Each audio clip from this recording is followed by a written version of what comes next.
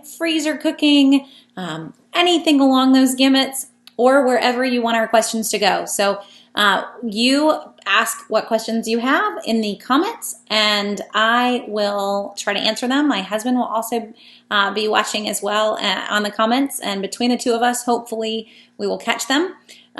I am fine with questions that are off topic as we go through, so don't feel like you have to. If you've got questions that are drugstore or something else, that's cool. But our goal is definitely going to be to get through more just tips on how to get better at meal planning, or even how to start freezer cooking and freezer prepping.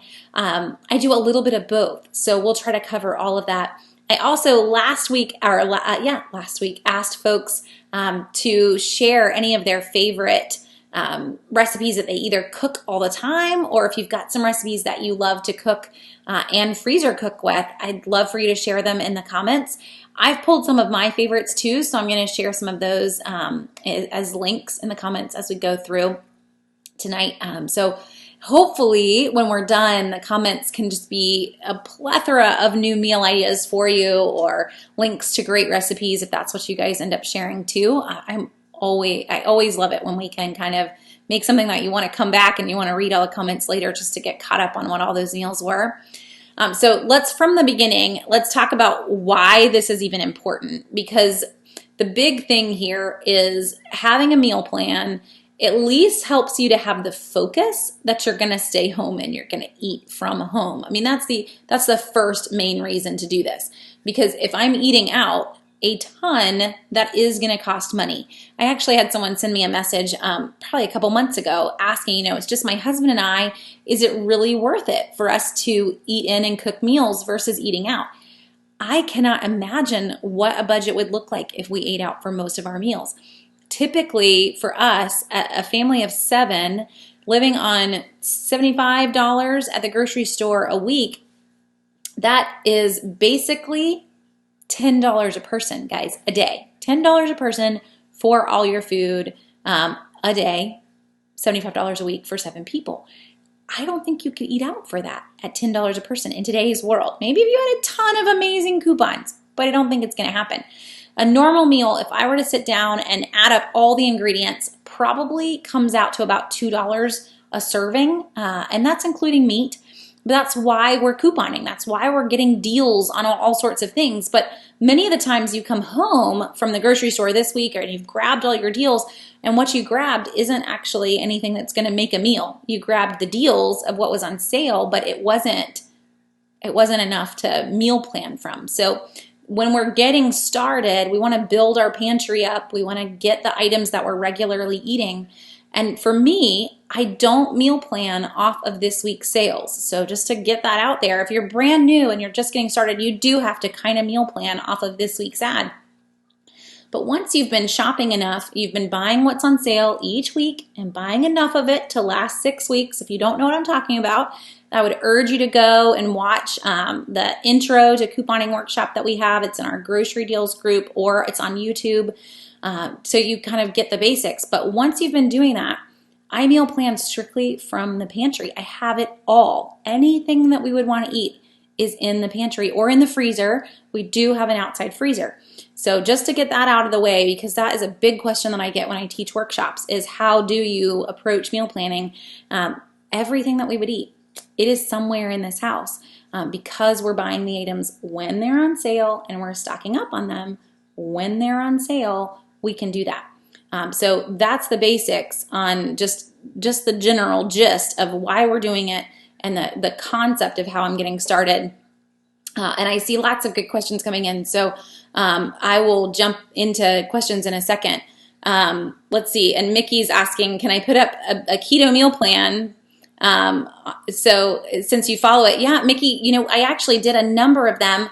And I'll stick a link in the comments now for just all of the meal plans that we've done, Mickey. But if you go through the link to the meal plans on Southern Savers, you'll need to go to page 2, because what we've been doing the last few months is making a monthly meal plan, and I'll show you what I mean by that.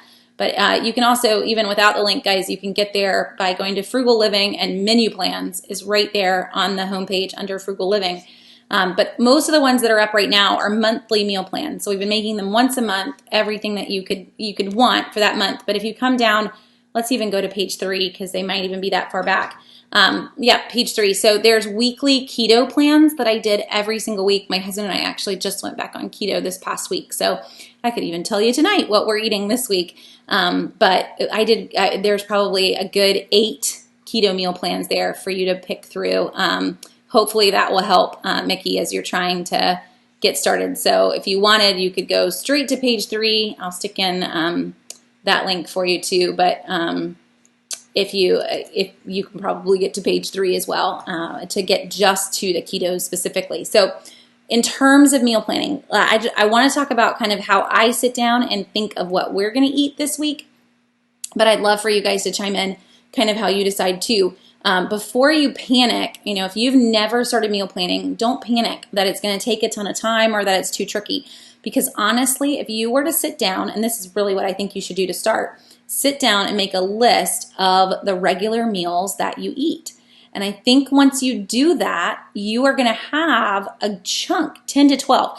So somebody asked me, would I make a list of the regular meals that I eat? And so I did, and it's not on Southern Savers, but I'm going to share a Google Doc with you guys of our favorite meal ideas, and it's all spelled out. And really what they are, you'll notice they're written in paragraph form because I took them from the meal plans that I was posting week after week after week. I kind of took our favorites from those meal plans and put them into a Google Doc for you guys. So you should be able to click it. You can print it, but there are links to most of the recipes that we eat in that Google Doc. So I'm going to stick that in on the comments as well. But as you're looking at that, just realize every family has probably 10, if not more, items that you already rotate through on a regular basis. And my kids could even tell you, like, hey guys, what do you want for dinner? They're typically going to pick from that 10. It's what you've just been conditioned. You make it on a regular basis. So start there. Make that list of what those items are. And then maybe let's be willing to throw in something new once a week. You don't even have to if you don't want to. But if you did that, you start with 10 and then we throw in something new every week. Guys, that's 2 weeks worth right there. Done. You're probably going to eat out for some meal in the next 3 or 4 weeks too, but you'll see that your calendar is filling up very quickly. The one thing that you need to decide from the beginning is how far out you want to plan. I'm a 1-week planner. So we post monthly meal plans on Southern Savers now, and you can print them and you can totally run with them if you want. I'm a 1-week kind of girl because our weeks are constantly changing. We've got cross country 3 nights a week, or maybe we have a cross country meet. I can't wait for the end of October when cross country season ends. But this is just what you do as a mom. So when we're in that mode, we're eating different things. We're eating quick. We're eating picnics sometimes at cross country practice. But I can't get weeks and weeks out because the schedule's always changing. So we're 1 week at a time, and everyone's different. If your kids are out and it's just you and your husband, you probably could plan for a whole month and be done with it. But we're 1 week at a time. I've also in the past used this little guy. It's an Erin Condren petite planner. I actually don't currently write things down in this. What I started doing, but I will show you kind of what we would do. I don't plan breakfast or lunch. They're always empty. But I plan dinners, and I just plan the basics. So the entree and what the sides may be. Our sides typically come from our produce box. So we are part of a produce co-op. I've shared that a lot. And whatever's in that basket ends up being what our sides are. So trying to even remember what we ate for dinner last night, but it's pulling from those sides. So Saturday night, for example, we had steaks and we had squash and broccoli that were broiled in the oven, but they were from the produce box. So sides are kind of just pulling in from whatever might be handy. It might be from your freezer, but focus on the entree first. Let's get a week's worth of entree mapped out. How this is going to help you. First off, you you know what you're going to cook. So when I do head to the store, if I'm out of something, I can make sure I can grab it. It's going to save you from those quick trips back into the store to grab one or two things. Not only do those take gas money, but most of us don't leave with just the one or two things that we went in for. And it's going to help you just feel organized. Now, one thing you can do, if this stresses you out even, so for folks who've not been meal planning, if like mapping out a day for each meal, don't put a day next to them. If that stresses you out, just make a list. And you can pick and choose if you need some flexibility in your life. You don't want to be nailed down to one meal on one day. Don't feel like you have to do that. But let's start with a week and let's map out a week. A few things that you can do to also help your week is to think ahead. If we are going to do grilled chicken on Monday, then let's grill some extra because I can turn that into super fast fajitas on Wednesday or chicken pot pie. Or, there's so many other things that you can use the similar types of meat for. So look at your menu for the week and think about how I can overcook here. Maybe I'm just going to brown a bunch of hamburger and make spaghetti one night, and then at the end of the week, when it's a little cooler, you're going to make chili. Well, you've already browned extra meat, so come Friday when you decide to have chili, I don't need to deal with it anymore. I browned it, put it in the freezer, and I'm good to go. So that's one way that you can help yourself out significantly is planning your meal to take advantage in a sense of leftovers, but you didn't make them as leftovers. You made them intentionally to use for another meal. But if I've already got the pan out, it's already dirty, I'm already browning meat, it is going to take you another 7 minutes to brown another batch.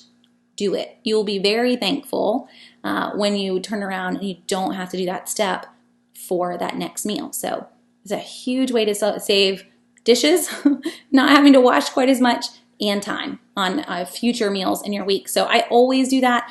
We will, just even looking at these, and some of these are old weeks, super old weeks, but we will have a regular week maybe that we turned around and we used, we had grilled chicken one night, and then we had chicken and sausage the next night. And I have no doubt that the chicken from the grilled chicken was turned into chicken for chicken and sausage. So always help yourself out whenever you can. Okay, I'm going to pause there. We've got a lot of tips to get through, but I do want to get to all of your questions too. So Paige asks, just wondering, when it comes to cooking a freezer meal that you prepared, do I cook from frozen or thaw it? And also, if you could cook from frozen, how long do you know how to cook it? So you really want to thaw first, Paige, if you can. And this is one where to kind of even explain why I told you I'm not using the book anymore. I love it, and it was fun, and it was cute, but really tend to write our meal plan on the freezer so that we're all seeing it, and I can have other people help me remember that something might need to be pulled out from the freezer a day in advance so that it can be thawing, or the morning of, and stick it on the counter. Will be fine too. Now, there's probably some food crazy people that would say you should never thaw something on the counter, but guys, this is real life, and you're about to bake it and get it all the way up to like 200 degrees. It's gonna be okay.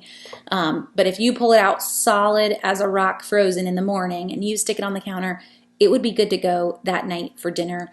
Enough. The middle may still be hard. You can just cook it a little longer. Your go-to, Paige, honestly, is having a good food thermometer, and trying to always hit. So the magic number is actually 170 to 180. That will kill anything that is in there. So it's using that food thermometer throughout. So if we're dealing with a casserole, making sure the middle is 180, your sides are going to cook faster, but that middle is your tricky part. One thing you can also do, so if you do want to go from frozen, you're going to need to bake probably double the time, Paige. But the other thing you're going to want to do is, if I need to bake uncovered, so these are my go-to when we're freezer cooking, if I need to bake uncovered for a while, take tin foil and put it only on the edges, because the edges of this are going to get super hot and they're going to start to burn. So you're going to kind of like make this funny tin foil mask just around the outside edges of your pan so that your middle doesn't have tin foil covering it. It'll get hotter that way, but it'll keep your edges from burning. And you might want to just go ahead and start it that way too, so that we can get that middle nice and cooked without overburning our edges if we're putting it in rock solid frozen. Hopefully that answers your question. So Kelly, quick question. When is the best time to get flour, salt, sugar, etc. when you cook from scratch? Best time for anything baking, Kelly, is in around holidays. So we saw a little tiny bubble around July 4th. We won't see those items back on sale until November, which is hard if you need them now. We've seen a couple sales, like flour's been at $2.50 a bag the last couple of weeks in some grocery stores, and that's about as good as you're going to see right now, but you'll actually see flour and other items much cheaper when we're in baking mode. So always around the major holidays, Thanksgiving, Christmas, Easter, and then we get a little bubble around July 4th. But that's it. Okay. Yeah, I see Janet saying, that you put the menu on the fridge. Having it there is so helpful because we're all on the same page, especially even, to give a shout out to my amazing husband on cross country nights. If I'm at cross country, he's cooking dinner, but at least he knows a plan. So it helps us to all get on the same page. And I hope that some of you guys have amazing husbands that will step in and handle that too. But it's definitely, just good all the way around if we're all there. So one thing to mention on this, I told you that I do not plan lunch or breakfast. So in our house, we keep just a set, easy, quick breakfast. We always have cereal, always have bagels. Lately, I've been getting English muffins because my 14-year-olds think that they're fun.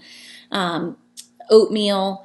And in our world, you're on your own. I am not coming out and making you a bowl of cereal. When you've got 14-year-olds and an 11-year-old, I'm having to think.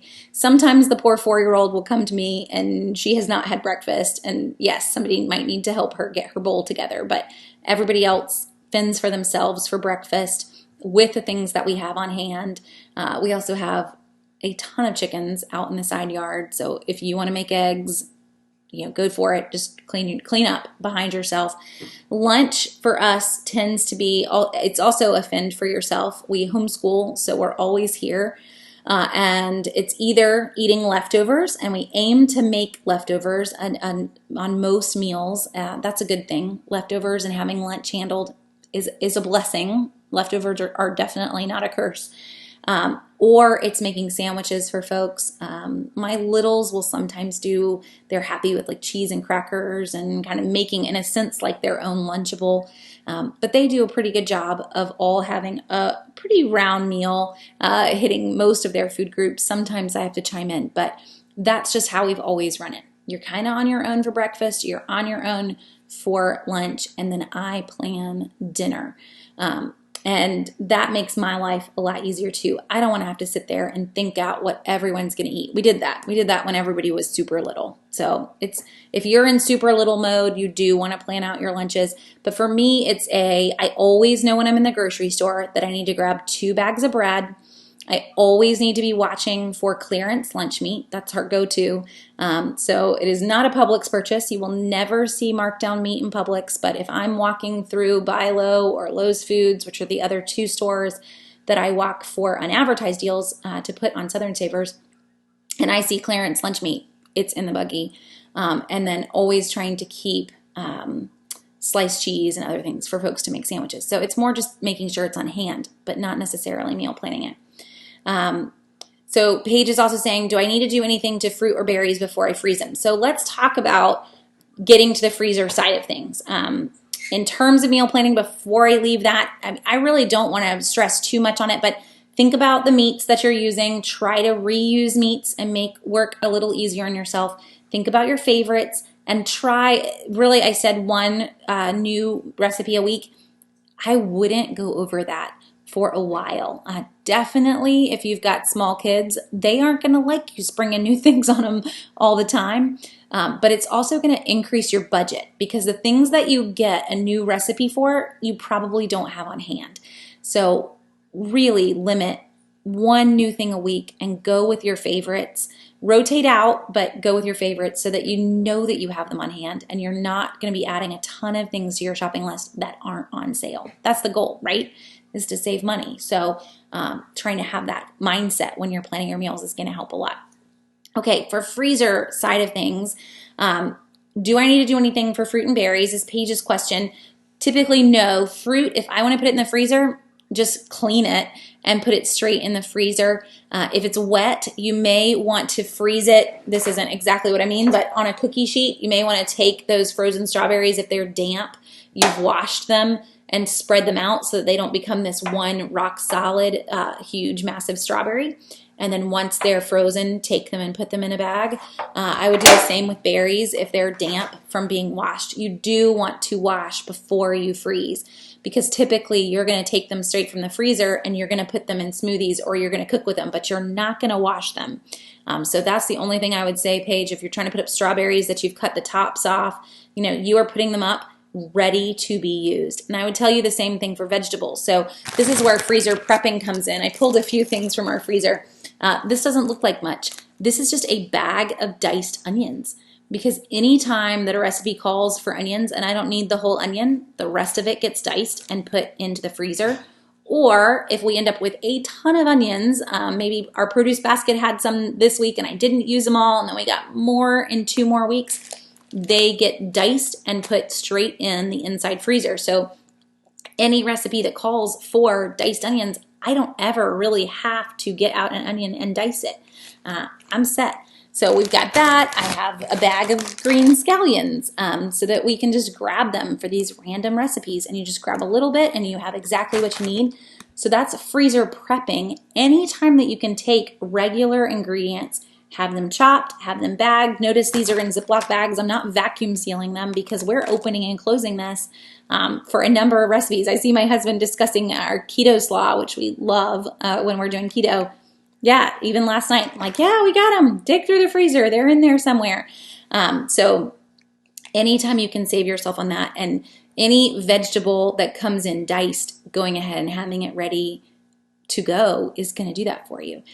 So if you've got vegetables that are going bad, there are a number that can be frozen. And one that surprises people is potatoes. So one of the links I want to share is a link to a whole freezer cooking. It's 7 beef and chicken freezer cooking recipes. We did this as a video even and posted it probably about 4 years ago, because I am really pregnant in the video as we were prepping for our 5th child. But one of those recipes in particular, that's why I want to share it with you, is a corn and potato chowder. It's delicious. We're going to be making it for a small group here in 2 nights at our house. But it's freezing potatoes. You can do that and they come out just fine. So there's a lot of vegetables that people are scared to stick in their freezer. Don't be scared. So you're not cooking this one. It's coming, you're putting all the ingredients together and having it ready to go. Maybe you're sticking it in a Ziploc bag, or we actually put ours in a plastic container in the freezer, ready to go to dump into a crock pot. So sometimes freezer cooking isn't actually doing the cooking. So keep that in mind. There are a number of meals that you're basically going to put the pieces together so that you're ready to dump and go. And that's a lot of crock pot meals.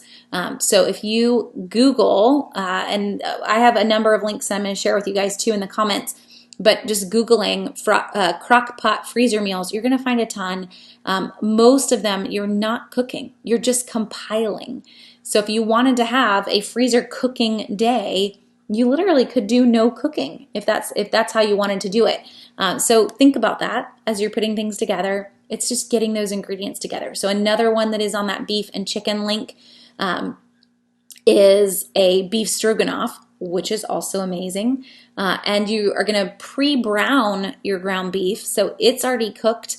You've got everything you need in the container, and you just have your noodles are in the pantry. But everything else for the stroganoff is right there in the container with the pre-cooked meat. So freezer prepping / cooking on crockpot meals, it's going to save you a lot of time, but it's really easy. If you've not freezer cooked before, I would encourage you to keep it small. So first off, if you want to get in the habit, you need to grab all the deals on these. I don't know if they're still BOGO at Publix, but they were BOGO in the last week or two. So my brain is already filled with a new ad. Anytime you see disposable pans on sale, and we do see them more around the holidays, you'll notice mine are a little holiday-ish. You want to grab them. and stock up on them, because this is the perfect stick it in the freezer. One thing you don't want to do, so these are the cake pans and they come with these fun lids. This isn't going in your freezer. This is not going to protect it or do anything to keep you from getting freezer burn. So you can put it over it, but after you've put aluminum foil over it. So cover with aluminum foil, put a good label on it saying what it is and how to cook it. You can stick this over the top if you want, but most of the time I just throw these away. They're really useless and they are not meant for the freezer at all. So cover with aluminum foil. If you're worried, cover with 2 layers, or it's totally worth it to get the heavy duty if you're planning on doing freezer things, because it's so much thicker and it's going to keep it from getting tears in it. Once it gets tears in it, whatever is right at that tear is going to get freezer burnt, especially if you keep it in there a while. So disposable pans and good aluminum foil to cover whatever you're doing. But if you're just getting started, how I would recommend you get started is that you just pick 1 or 2 things and you make twice as much and you stick one of them in the freezer automatically. And guys, this could be anything. Our go-to to stick in the freezer is chicken enchiladas. So that's even the tortilla. It's going to come out just fine. You're rolling up your enchiladas. I'm sticking 1 in the oven and I'm sticking 1 in the freezer. But it is completely ready to go. I could have put both in the oven. That's how much you're putting them together. So anything that you've got that would work like that. Let's say you make a baked ziti for your family. I just don't bake it. I get it all put together. The cheese goes on the top. 1 goes in the oven and 1 goes in the freezer. So folks always ask, should I pre-bake it some? No, just get it together and stick it in the freezer, because when it comes out, then you're going to need to do all the baking for it. And you don't want to have already baked and then have to bake again. It's going to get really dried out and not be the way that you're wanting it for most things. There are some exceptions, but that can also be based on what you're making. If you're making something that's going in a pie shell and they tell you to pre-bake the pie shell, then you should pre-bake the pie shell. But once you put the rest in it, I'm not going to bake that pot pie before it goes in the freezer. I'm going to put the rest of the pot pie together and stick it in the freezer, not pre-bake it and then put it in. So I don't know if that's a question that anybody had as well, but hopefully that helps a little bit if you're trying to, figure some of the freezer cooking out. Judith has a question in terms of just dieting. Is keto better than a low-carb diet? Judith, honestly, I would say it depends on your preference. Keto in general can be very hard to follow, and I can't even do it very long. We won't go into it, but there is something called a keto rash, and I get it. So I don't know if anyone else has had that fun part, but I can do keto for about 1.5 weeks to 2 weeks, and then I have to add in fruit. Or else I just turn into one large rash all over me. So I, in that sense, am doing a low-carb diet. I'm doing a gluten-free. I'm not doing any starches. I'm not doing any sugars except for fruit. And that's enough to keep me out of keto so I don't get the rash, but I'm still losing the weight. So it's up to you. Fruit is, if you were to take that away from me, you just took away like happiness and joy in life. I can manage without dessert for a lot longer than I can manage without fruit.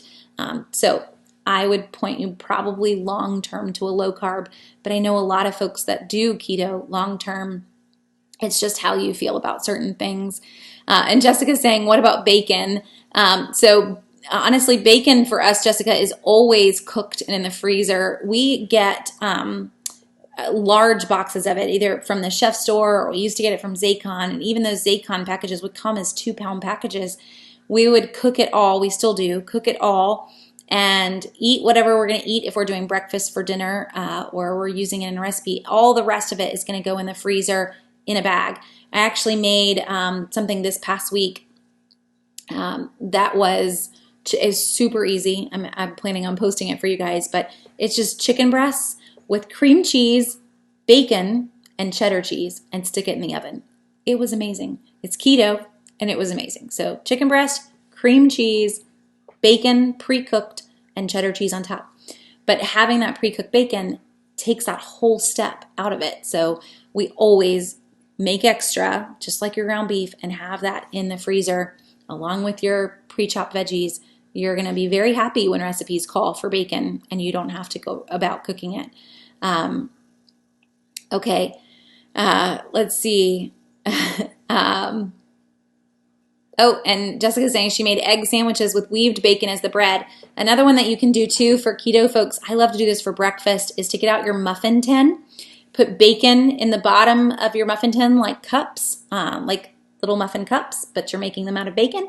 And then take eggs, scramble them, and pour them into each cup. Put some cheese on top, and they are quite amazing. You can freeze those and then pop them out, put them in the microwave for about 15 seconds, and you have eggs and bacon done and ready to go for breakfast that morning. So super easy keto breakfast on the go if you wanted to. Oh, and Terry's saying she made 2 lasagnas in aluminum pans tonight. They ate one and put one in the freezer with instructions on the top. So yes, it's go-to. It's so easy. The other perk for this, and I don't know how much you do this, you probably should do more of it, me too, but the other big perk for this is having them in the disposable pans with directions on top. If someone ends up that we know is in the hospital or has a baby, we're set. Need to make somebody a meal? Just pull it from the freezer. The meal is already made, and they don't need to get me a dish back because it was already made in a disposable pan. If you're near Restaurant Supply or even Sam's or Costco, one mention on that is that a number of them do sell these types of pans in bulk. So that could be cheaper for you if you're not watching all of the sales or you miss some sales. I know our chef store sells a pack of 24 of them, which is a lot, and it's like $7. They don't have the plastic lids, which is fine because I'm not going to use them anyway, but that is one place to look into. They're a little bigger, so I'm not going to fill them all the way, but they're perfect for having food put aside in disposable pans. Okay, trying to jump in and not miss anybody's questions. So Susan's saying, aren't they mushy out of the freezer? I'm guessing you're referring to the potatoes. So if you're thinking about potatoes, what that particular recipe is putting them in is a corn and potato chowder. So you're going to end up blending them into the chowder. We're not turning them into like roasted potatoes that you would put on your plate. Think about them just like you would like your Alexa French fries, your hash browns. Some of those have coatings on them, so they'll turn crunchy, but they're still going to turn out okay. You could broil them in the oven. You don't want to take a frozen potato and try to put it in a pan. So if you were going to make roasted potatoes in a skillet, they're going to fall apart. They're not going to hold together very well. But if I take a frozen potato and I put it on a pan, on a sheet pan, and I make broiled potato, like roasted potatoes in the oven where I'm not turning them, they'll turn out just fine.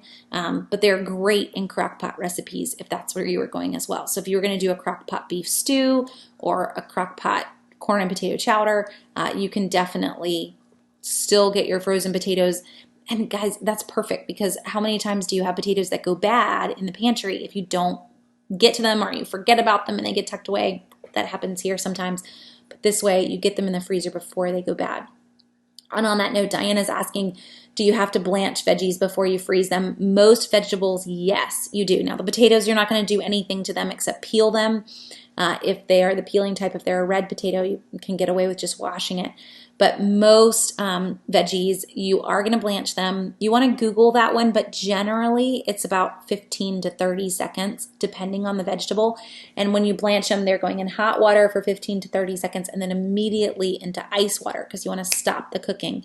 And then try to get as much of the moisture off as you can. And then for me, they're going to get vacuum sealed. So I made some extra bags because we put up a bunch of meat this week. But we use the big vacuum seal rolls. I tried to get everything out that folks usually ask. So we usually work with the rolls and we make our own bags. I do not buy vacuum seal bags. They're very expensive and the rolls usually work much better. But anything, and I say this a lot, I know for those of you who are on a lot, but anything that's going to be in your freezer for more than 6 weeks needs to be vacuum sealed. If it's going to be in the freezer less than 6 weeks, when we're talking about veggies and ingredients, less than 6 weeks can go in Ziploc, but more than 6 weeks, you need to be vacuum sealing. So if you don't have one, we do see deals on them from time to time. We also see coupons on them from time to time. There are not any right now, but I would highly recommend, put it on your Christmas list if that's the case. Nadine has a question off topic. Did I miss the best deals on the TI-84s? Yes, you did. I don't think that they're on sale anymore. Walmart had all summer one for 88 bucks. So let's see. Let me search really quick and see if they still have that. Let's see if it's still 88 bucks for them. It is not. It's back up to 120. Oh, Nadine. I do see they've got a couple that are on rollback. Oh, no. I just, a TA83 Plus. Can they do an 83 Plus? That guy's 88 bucks at Walmart. They have a TA84 Plus that is on sale for 118, and you could try to price match that at Staples if you wanted to. Oh, and this one is only, I just clicked through and he's showing up as 89. Okay, Nadine, you have to go shopping right now. I'm going to stick this link in. You have permission to get off and go buy this because it says there's only 2 left. But it is an 84. It's rose gold. They don't get to pick their color, but it's 89 bucks. So I hope that you're still on, and I hope you see that when we stick the link in. But there's only 2 left, so this is your moment, and you do not want to wait because they aren't that price anywhere else right now. That's the new one too, which is pretty sweet because it doesn't take batteries, it charges.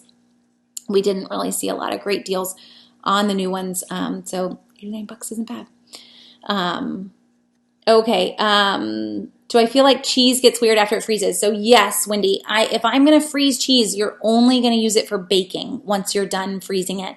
It's going to come out mushy. It is not going to come out to where you can do anything with it other than bake. So it can go on the top of a casserole, it can go inside of a casserole, but I'm not going to just sit there and gnaw on it. You wouldn't want to eat it that way. You missed how to wrap the disposable pan. So if I guess we talked 2 different things.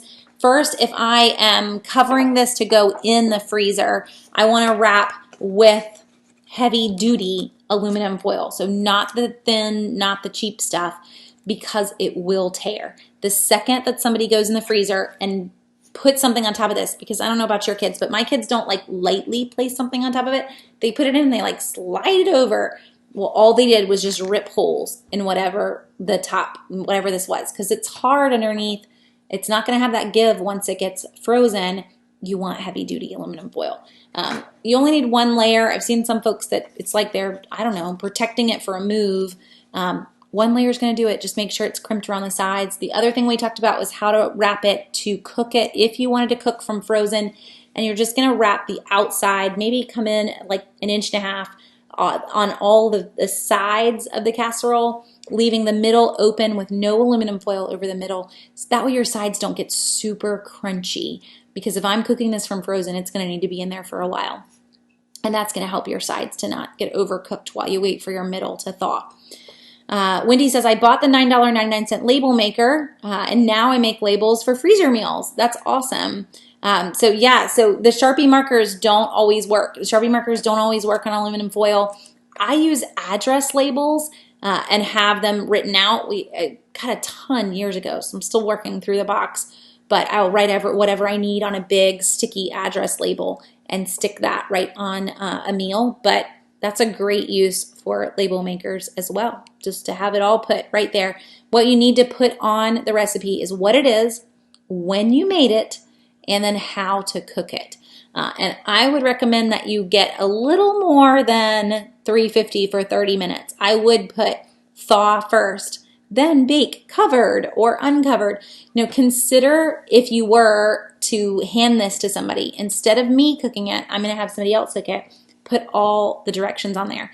So many times in our house, our freezer meals become meals that the kids eat when we have date night. So now they can handle cooking it because I'm not there to tell them, make sure you write your directions out. Everybody will thank you in the end for whatever it might be. And then what's the best deal on the bags?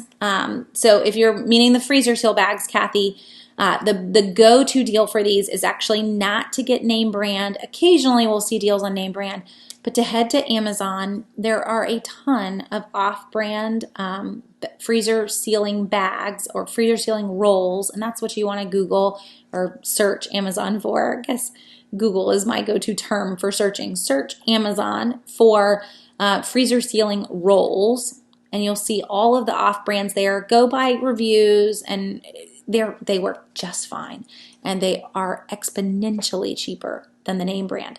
One exception to that, foodsaver.com, that's the name brand, is Food Saver. They do run BOGO sales probably like every 6 weeks with free shipping. So when they run those BOGO sales, it comes out to as good as the off-brand price. If you wanted, you could go crazy, or watching for clearance. So right now, that's actually what we're working through, is a really huge box of Food Saver ones, but these were on clearance, 50% off.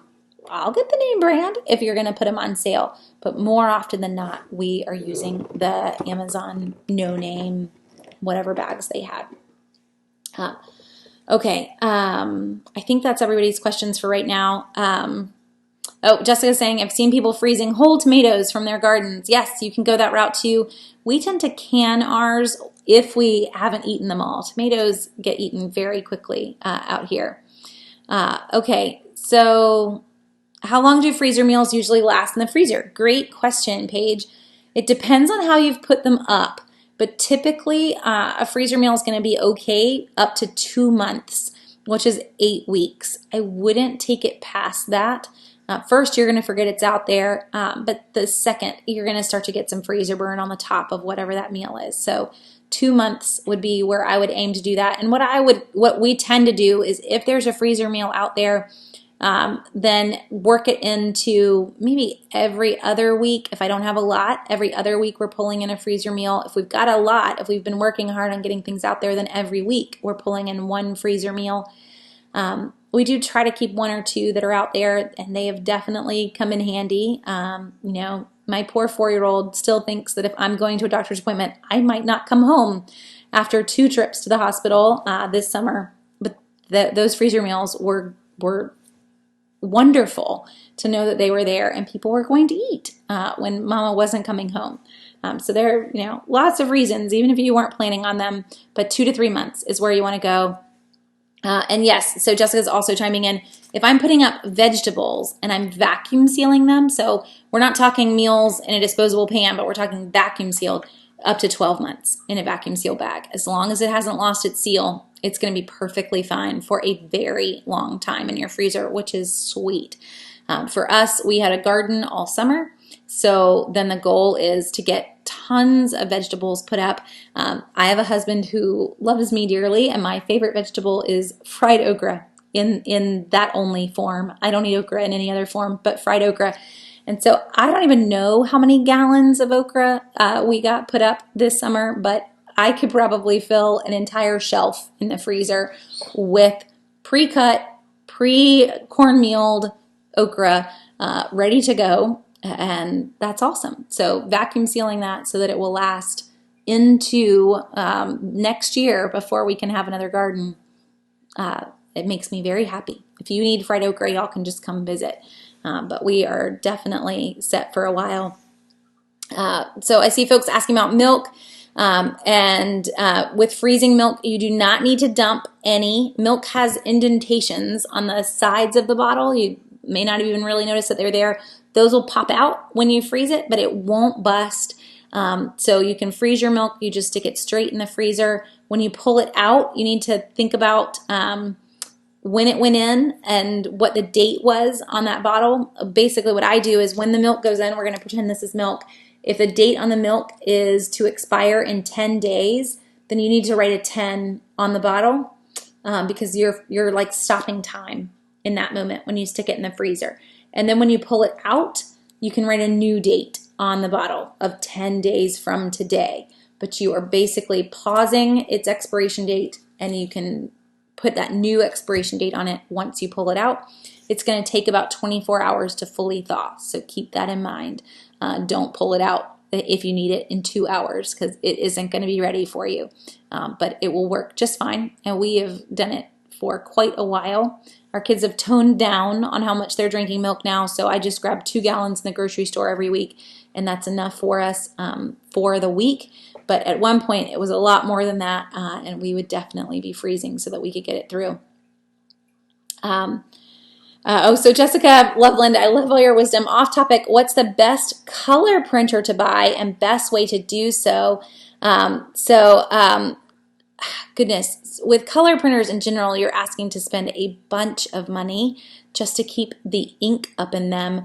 What I would recommend, honestly, is looking for crazy good deals on cheap color printers, because so many of the color printers that we see, they're almost disposable. Like the printer themselves, it's the ink. The ink is the most expensive part, but most printers, like 100% of them, come with ink in those original printers. So there will be many times where it's actually cheaper for you to just get the new printer with the starter ink in it than it is to go and buy replacement ink for your current printer. Now, I have some folks that live by the HP ink refill program, and they swear that it saves money, so you could go that route. For us with colored printers, we tend to always do off-brand or do the kinds that we can refill ourselves with the ink refill kits. To me, it almost feels like very 1990s, but they do still exist, and you can still do them that way. I would point you to an HP or a Canon for a color printer, because their ink cartridges are so kind of common and normalized. You're going to have more options when it comes to off-brand refills over some of the more expensive brands, and Epson is a very expensive brand when it comes to getting replacement ink. So it's looking at how cheap can I get the ink later versus how great of a printer can I get now, I guess, if that makes sense. But HP or Canon would be the route to go. In terms of deals, I would keep an eye out. Office Depot runs like 50% back on HP printers all the time in Office Depot rewards, and they put them on sale. So I would start there probably, and we even see cartwheels on them in Target that'll make them like 25, 30 bucks for a new printer. They're super cheap. So if you want, Jessica, you can also send me an email, and I'll try to go hunting for some and send you some links back for it. Okay. Oh, and DC, great question. Is there anything that we have offers on that we can donate to hurricane victims now? So the big thing that I would say is, if you're aiming to give to the folks in Bahamas, I know there's someone in our area that's getting a huge shipping container together to send over. You want to send things that can be shipped. They're not going to get there quickly. So canned goods and bottled water are probably the only two things in terms of food that are going to make it. And I wouldn't try to send anything else. The other things that we can get deals on are personal care items. So like this week in Target, there's 33-cent disposable razors. Those would be great to send not only to hurricane victims, homeless shelters. There are all sorts of things we see in the drugstores that are perfect to donate. But if that's where you're trying to go, bottled water and canned goods, there's some free beans if you head to Target or Kroger. You can get a couple. It's not a lot, but looking for those types of deals, and then just kind of slowly putting them in a box until your box is full, and then donating it would be a great way to give back. Okay. I don't even really know what some of you are responding to, because you guys get so into it and I can't keep up with all the comments, but I love all the comments that are about bacon right now. I don't even know what we're talking about bacon with, but I love it. Okay, jumping ahead, and hopefully I haven't missed anything in terms of your questions. Let's see.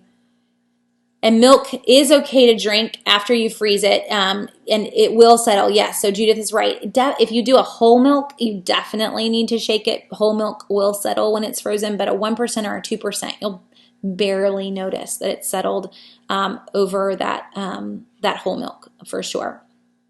And then Kelly, that's really like a husband question. What kind of chickens do we have? We have chickens. That would be my answer. He could probably tell you what more kind we have, so hopefully he'll answer you in the comments, Kelly. But we have a mix of brown layers and some that, I guess we have a couple that are laying like a bluish egg, but we always get mixes. There you go. Not a chicken expert. But in terms of cost to feed them, we have a bag of chicken food is, I want to say, about $16 for a huge 50-pound bag of chicken food. I am also not sure on how long that lasts us, because that is a child's job to go out and deal with the chickens. So I'm going to refer my husband to answering most of your questions. But I will tell you, one way that we save significantly on chicken food is that I have a bucket. It lives on the counter. Anything that folks didn't finish eating, anything from peeling potatoes to you're cutting the ends off of a strawberry, all of that. You think of whatever you would put in a compost, it goes to the chickens. When I'm cleaning out the fridge, things that even we wouldn't care to eat, the chickens don't care. It all goes to the chickens. So they will, my children may not like the heels on a loaf of bread. The chickens are glad to eat the heels on a loaf of bread. So they get all of our table scraps. If anything, if we don't have anything to bring to them, they're mad when you come out and you didn't bring them things in a bucket. But that will cut down on your cost significantly. And from there, is it cheaper than buying eggs at Aldi? No. If we're going to talk about a 69-cent 12 dozen eggs, you can't get 12 dozen eggs for 69 cents with your own chickens. But anyone that's raised their own chickens will be quick to tell you that there's also no comparison to the egg that you're going to get from a chicken in your front yard than from those eggs in Aldi. So I'm not saying we all need to go buy cage-free happy eggs in the grocery store either, because I don't know that they're going to be that much different. But when it comes down to color and flavor, you can tell very quickly. We get, farm people, we get a little, I guess, snooty when it comes to our eggs, but you can definitely tell. Okay, to jump back into a few things before we run out of time, so I had a bunch of notes here to remind myself too. As we go through, if you want to do a freezer cooking day, so I know that's one of those where you see folks do them. I did one in that video on if you go back through all the links that we put in, it was the 7 beef or chicken freezer meals. There's a video at the top of that. If you want to do a freezer cooking day, keep in mind that it can be pretty exhausting, but in the end, you're going to have a ton of things in your freezer. So if you're going to go that route, I would encourage you to pick meals that use 2 types of meat and no more. That's why that particular link, and we'll stick it back in the comments too for anyone that might be just joining us. But that's why it is beef and chicken freezer cooking meals. I'm not trying to make steaks and salmon and this and that. You're trying to deal with all your chicken at once, pre-cooking it, whatever we need to do for it, and all of our ground beef at once, so that you're browning a bunch, you're shredding a bunch of chicken, whatever it might be, and then you're going to put it into meals. It's going to make your life a lot easier if you're going into a big freezer cooking mode. You're still going to have variety. You're not going to eat all your meals every night from a freezer cooked meal, but this is giving you some things that are easy and put away in the freezer. So for those busy nights, I don't have to think about it. But don't make this crazy on yourself either by trying to throw in a lot of variety. I even have friends that will do just beef meals, or they'll only do one type of meat to make that so much easier on themselves. If freezer cooking is overwhelming, just having pre-cooked meat in the freezer can be a huge time saver. This coming week at Publix, Purdue Shortcuts Chicken, which are the ones that are refrigerated, but they're pre-cooked chicken strips, are going to be buy one, get one, and we have a coupon. It doesn't make them an amazing price. It makes them $1.99 a bag, but you're still talking about, it's only like a 10-ounce bag, so it's still kind of expensive per pound. But even having some of those in the freezer, or getting the ones that are frozen and already a little bit bigger when they're BOGO, having those in the freezer, I can't tell you the number of meals. I could probably sit down and map them out. There's probably 10 things that I could whip up in less than 15 minutes if I've already got pre-cooked chicken in the freezer. So whether you want to take the time to grill it and put it up yourself, or take the time I just boil it and then shred it. I don't even do anything fancy when I'm going to make shredded chicken. My mother-in-law watched me one time, and I think it just made her cringe. Like, I'm not going for Martha Stewart here. I'm going for shredded chicken. It's about to go in a casserole. It doesn't need a lot of flavor. The casserole is going to have flavor, but she was cringing because she would never have just boiled her chicken and then stuck it and shredded it, but it's the fastest way to go. So, if we're going to stick this in something else, let's not put effort in that doesn't need to be put in. But having those frozen chicken strips when they're cheap, from fajitas, chicken skillet meals, there's a ton that you can whip up and not have to put a lot of effort into it because the chicken is already cooked. You're going to be very, very happy. So go that route whenever you can. Let's see. Trying to Jessica, I'm glad your friends are snooty about eggs now too. Yeah, anytime you go to having your own eggs, you get a little snooty. Oh, and Hilda's saying our HP printer will no longer work with any brand of ink other than HP. For a while it did, not even store brand. The printer is about 2 years old, and I bought HP ink at CVS using a 40% off coupon. So that's a great tip too. If you end up getting that HP, kind of hunting around to see where you can get the best deals on it, you can use extra care bucks on your ink too if you are a regular CVS shopper. Okay. Let's see. Oh, and Joan says, my friends and I get together and cook freezer meals. We each bring a recipe and all the ingredients for that recipe times the number of friends there and a bottle of wine. That sounds like a lot of fun. If you lived close by, I would beg to join in. But it does sound like a great way to have a girls' night. If you've got some folks that you wanted to invite over, and maybe it gives them a better excuse if they come home with, like, we're going to come home with meals. Maybe that'll make their husband more willing to let them out of the house and get away if you've got little kids. But that's a kind of go-to. And yes, Jessica's also giving you, that's my go-to tip as well. So she was saying I use the pressure cooker to cook several pounds of chicken. And then, yes, if you're using that Instapot pressure cooker, you can go straight from frozen to cooked, which is sweet. And then always I pull out the KitchenAid stand mixer. I don't ever shred chicken by hand. Just put the chicken in the mixer. I do add a little olive oil because it'll just help it to mix easier. Not a ton, just a tablespoon of olive oil. And then turn your mixer on, and within a couple minutes, you have shredded chicken. It's pretty awesome. I actually do it in the video. If you go to that 7 beef and chicken freezer cooking recipes one and you watch the video that we put together, we use the blender for our chicken, so it'll give you an idea as you're trying to do that if you've never done that before. And good, I'm glad I'm not alone. Liana's saying that she also boils her chicken to shred it. It's just super. I don't have to think about it. It's just in a pot, and I moved on to something else while it boils. Okay. Hopefully we've hit everything that everybody had, and we've kind of hit a lot as we went through. I guess to recap really quick, the big things, if freezer cooking is overwhelming to you, I would urge you to be a freezer prepper, to have bags of things pre-chopped, ready to go. Not only did this save me from the onions going bad before I could use them all, but now if I have a recipe that calls for green scallions or little tiny green onions, I've got them. I don't have to keep them fresh in the fridge all the time. That gets expensive, but I have them and I'm ready for whatever recipe might call for them. So onions, green onions, diced onions, even bell peppers, if you want to keep some of those on hand, cut and ready to go. Think about how many of these things are crazy expensive out of season. You can vacuum seal those too, pre-cut and ready to go, and just bring in the vacuum seal bags once a month, whenever you use up the last one. So you can even use this to help you stay in budget on in-season veggies out of season. And then meats, going ahead and double cooking ground beef so that you have extra to put away. You might not even have a meal ready for it. You don't even know what you're going to use that ground beef for.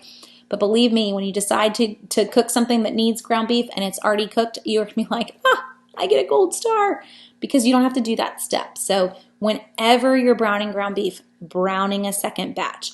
Whenever you're making grilled chicken, grilling extra, sometimes a double extra, so that I could chop it up. I've got diced grilled, I've got sliced, however you want to save it. I would go ahead and cut it because once you freeze it, it's going to take longer to thaw. It's already cooked, so I don't really want to sit there and have to wait for it or cook it again in the microwave. I don't want to do that. So go ahead and cut it up before you freeze it, but it's going to save you so much time. So that's not even freezer cooking, that's just freezer prepping.